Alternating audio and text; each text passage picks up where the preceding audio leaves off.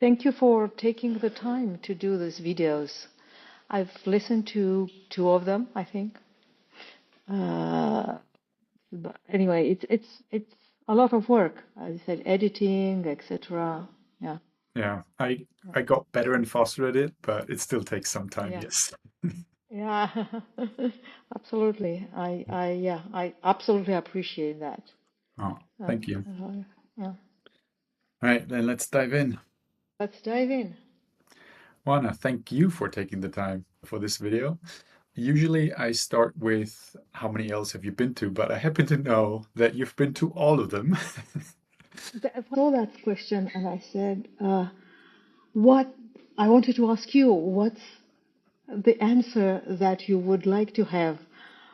15 times or all the times? Yeah. What's the answer that you prefer?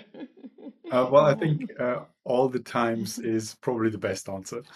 Yeah. Okay. I mean, Yeah. on all metrics, I think you win in terms of AL participation, no matter how we count. Yeah, I think so. Yeah. I can also say a little bit of why, but let's Yeah, I go mean, with that the would be the flow. Yeah. follow question, which is, Yeah. Yeah. the first one is just Yeah. the lead up, but the more interesting one is, so you've been to all of them. What makes you Mm. come back every year? Well, I've been to all of them because I am one of the first organizers. So I've been in the group that made Ale emerge after Johan Throden Day idea on LinkedIn. There was a many people said there that's a very good idea to have an agile conference in Europe because at that moment it was a agile big conference in US that was very well known, and then was XP in Europe, but let's have something else. And I picked that invitation, and the way that we collaborated with the core team, there was, I think, five of us. Franck de Pierre from France, Marcin Florian, who was in UK at that time, Olaf Lewitz, Germany, and myself. And Johan, he was also a little bit with us. And the way that we just figured out how to create a conference at the beginning, and then how it turned into an unconference. And all the life and spirit made me say that this is the place I want to be and preserve with the energy that it existed 15 years ago. I don't know, by example, if you know, the we care because we show it because we care. It's the slogan invented by ALE 2011. Hmm. It didn't. It's really the organizing team were saying we need to present ourselves. What we're doing this, we need a slogan, and that was the slogan. And so it's a really it became popular, and that's good right now. But the we share because we care comes from Ale, so that's why I'm coming each time. It's a place that I really preserve in my heart, and it's a place of continuous learning and nourishing. Hmm. You And I said, feel it being, yeah, no, go ahead. yeah. I feel it's a little bit of my baby. I confess, Hmm. probably. Yeah, I totally Yeah. understand. Mm, You said mm. it became an unconference. Was there ever the idea that it would be a traditional conference with, a program and audience and speakers?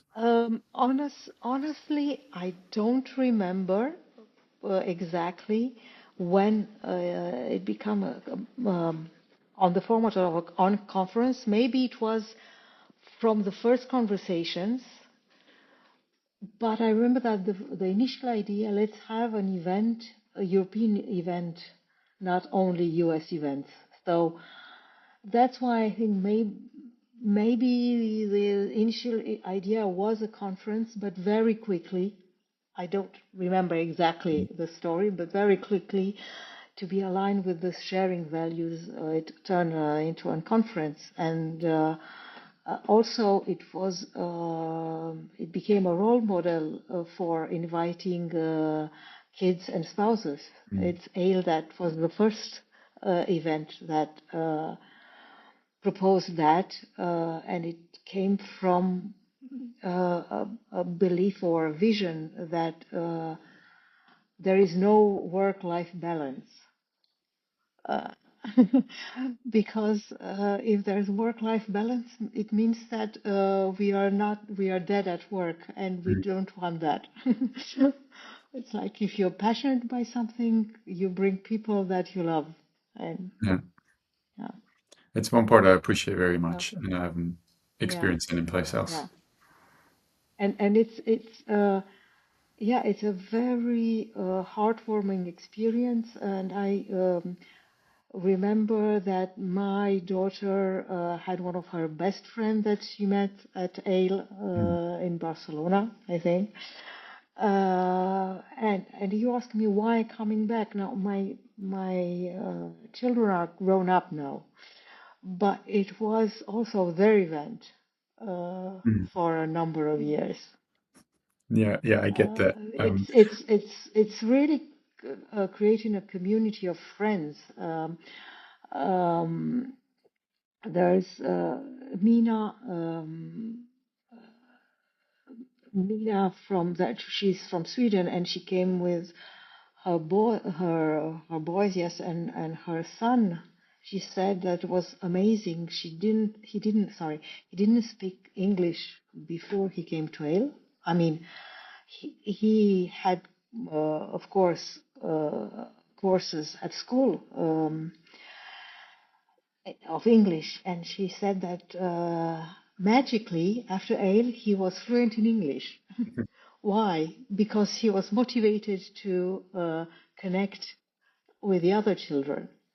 So that means that he had the knowledge, but there was no motivation to speak Mm. English. So yeah, this is some magic moments that happen. Yeah. Yeah. Um, I was just thinking, as you said, that it became, your shared experience and event, and made me realize, yes, Sebastian, who has been several times, and my son is 10, Mm, and he expects us to go every year. Like, and mm. I'm pretty sure if we didn't go, he would question, like, why are we not at Ale this year? Yeah. Well, that was one year. If no, I'm telling stories. One year there was something that um, didn't really fit with my agenda, the days of Ale, and I remember there was a dinner with my kids, and I said, this year I'm afraid we can't go to Ale. Reaction. Why? So then I said, okay, I refactor my agenda so we can go.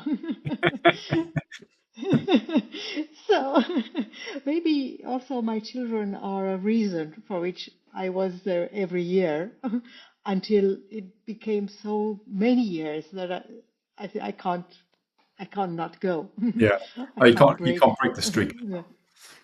Exactly. Now I can't break the streak. Yeah, anymore. Yeah. Yeah. Okay, so Yeah. I'm sure you've also seen many other conferences or unconferences. Mm. Compared to those, what would you say is different at Ale and kind of unique to Ale itself? Yes, I think that what is unique at Ale is this experience of wholeness.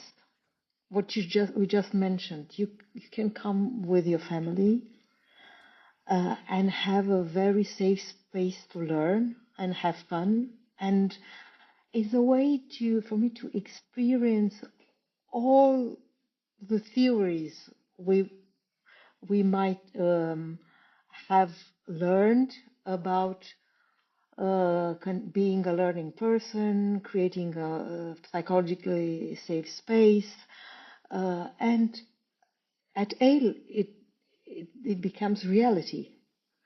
You can really experience them. So I'm not saying that you don't experience that in other conferences, but this a very empowering format of open space technology is important. You don't have that in big conferences, and big conferences, you even if topics are interesting, you still have this dynamics of a provider consumer. There's a speaker that provides and the participants that consume, and this is not happening at AIL in any open space technology type of format. What is special also is the size, because it's not small, but it's not big also. So you have the quality of both. Mm. Uh, and it's also a quality of bonding with other people. You definitely have a lot of friends after Ale.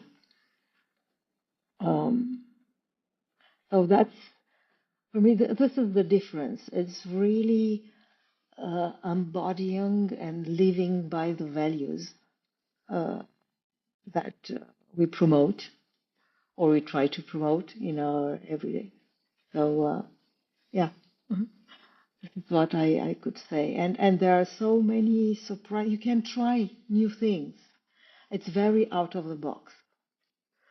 So there's not not something I said, hey, there's no space for you here.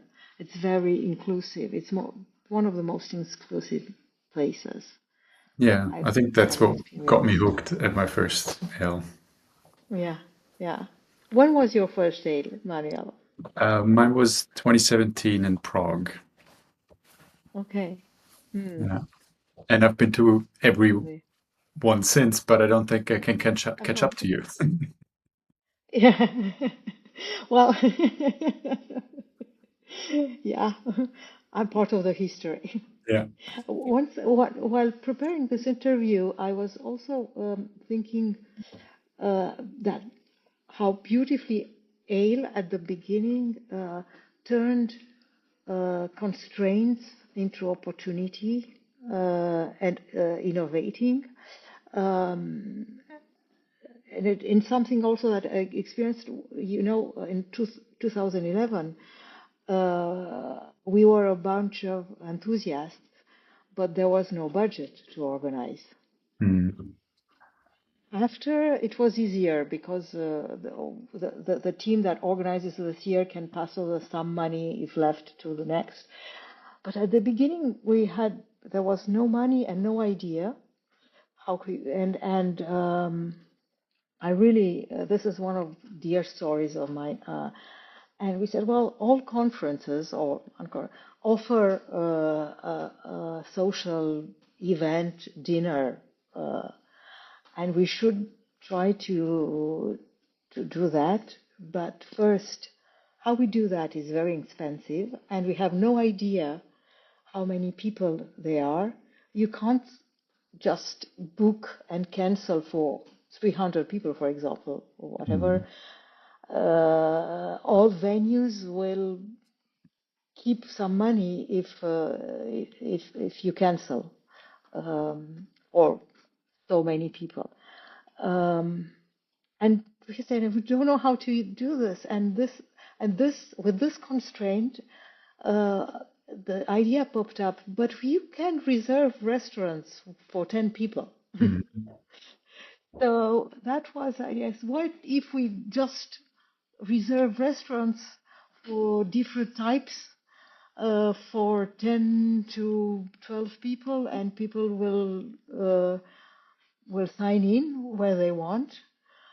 And after that was, and what if we invite them to have dinner with people they don't know, and we call that dinner with a stranger. So this is how dinner with a stranger was born, which became also so popular from a constraint for the fact that we have no idea how we can forecast a dinner with a unknown number of participants. So yeah, that I really love the story as yes, if you use the constraints as a creativity booster, you can be surprised. Yeah, I love that story. Because Yeah. Dinner with Strangers is also one of my favorite parts. So, but we already touched on many things like Kids and Spouses program, Dinner with Strangers, uh, and there's a few other things like that are rituals for Ale. Mm. If you had to pick one that is your favorite, what would it be?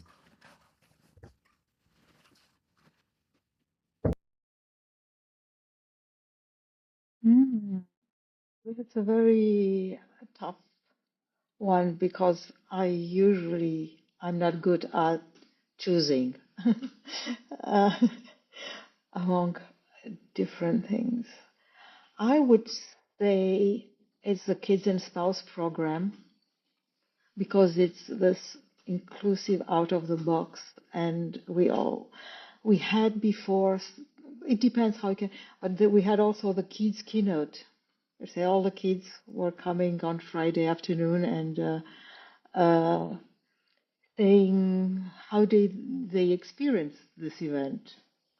They were saying whatever, and yeah, this. For me, it's inspiring. It's particularly inspiring. Hmm. The Yeah. Kids and Spouse program, and the fact that I mean, it's there's no border. It's not only okay. People can come with their families, but families have separate activities. As how we can invite them in. There are things about mm, human interaction in the program where kids and spouses could participate if they want. I remember we are doing so many workshops in Agile that are inspired by playing. We have the best teachers about play if you invite kids. Yeah, So yeah, totally. yeah, I also like, I mean, they mm, do have their own program, right? Because they yeah, they lack some entertainment as of well. course, But there's definitely this merging going on, and kids show up in yeah. sessions. And I remember last year, when Lolia, who is sitting here, she came in with Nicole uh, during one of my sessions that I was hosting, Mm, and then Magnolia just wanted to walk to me, and Nicole was holding her back, thinking, "Oh no, she'll mm, be disturbing." And that created a bigger disturbance than her just walking in. mm, I just yeah, took her on my arm and continued with the presentation, and I thought it was lovely because she was kind of like, yeah. "Oh, what's going on here? I'm front in the front. That's like, and my dad's talking to me. Exactly. What are they doing?" Exactly. It's very fluid. And that's what, and we can inspire each other, even if, as you say, there's of course a specific program for kids to discover the place, and they need that. Um, just like you, I don't remember in what year it was, but Henrik Nienberg came with his daughter and had a session with his daughter, and then that inspired him to have sessions at conferences and more regular conferences with his daughter. So yeah. It just made me think of that. Definitely, at some point, I want to do a session with Sebastian. I think he would enjoy that very Mm, much because he loves yeah. like presenting and uh, also having, I guess, the attention on him. And Yeah. I think I can already think of a few topics that I would love to do with him. Excellent. Probably Looking not forward for this that. year, since I'm Mm. hosting, but the year after for sure. Oh, well, even if you host, you can offer a session. So I know, but it's up to you. Yeah, yeah, yeah. I up to you. Yeah. uh, But you see, this is the beauty, the fact that we can go further and be surprised uh, by including our environment, meaning family, other constraints. We talked about dinner with a stranger, and I loved that afterwards it turned into so it's first dinner with a stranger, and then it becomes drinks with friends because the day after you know people well enough to have drinks with them as friends. So this is the magic for me of it. yeah, I love that twist as well. Mm. Okay. It's becoming harder and harder for me to hear you here because of my visitor. And this is the Hmm. longest interview we had so far Okay. already. Um, but I love the stories. Thank you so much, Oana, for sharing all that history. It was really, really lovely and appreciate it very much. Well, thank you. I hope it's helpful and fun, you know. And yes, looking forward to see you in Munich. Uh, I'm excited as every year, and thank you for organizing because I know there's a lot of work, It's more than a you. lot of questions. Yeah, I know. Yeah, a lot of questions to be answered, a lot of adrenaline, dealing with uncertainty. You train that muscle for sure. So I'm very grateful for you. Hold Yeah, my honor. All right, I'll on. see you in Munich pretty Thank soon. you. Thank you. See you in Munich. Bye. Bye, Manuel. Bye bye.